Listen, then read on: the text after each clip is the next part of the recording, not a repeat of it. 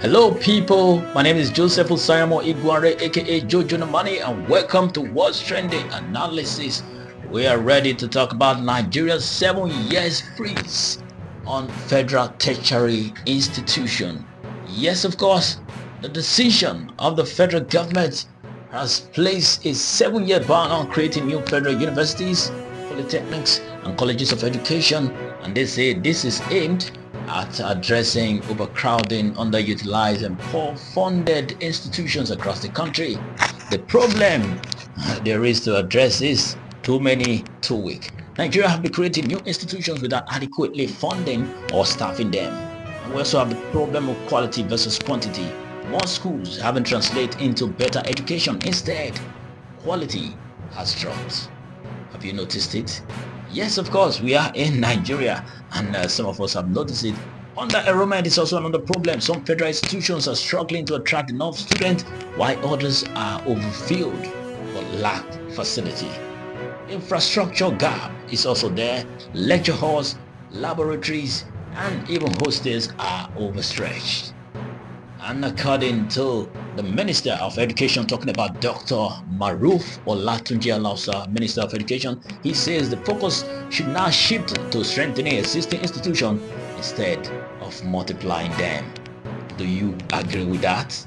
The implication is far-reaching. It can be positive as well as negative.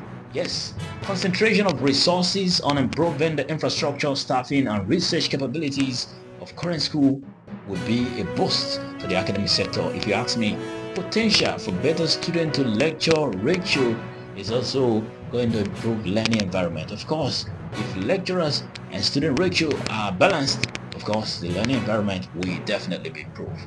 On the other side of the coin, we have the challenges. States are lobbying for their own federal institutions, and they may resist this policy or move, if you ask me, because some are already at a disadvantaged position and they are trying to attract one to their state, and now here saying a pause should be there for 7 years.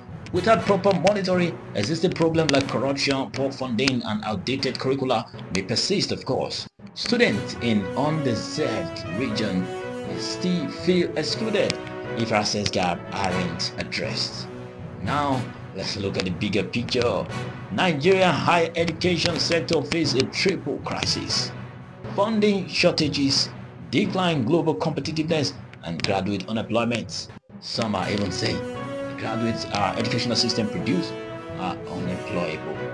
This moratorium is a pause button, but without aggressive reforms like curricular updates, digital learning adoption, and research investments, the sector may still lag behind.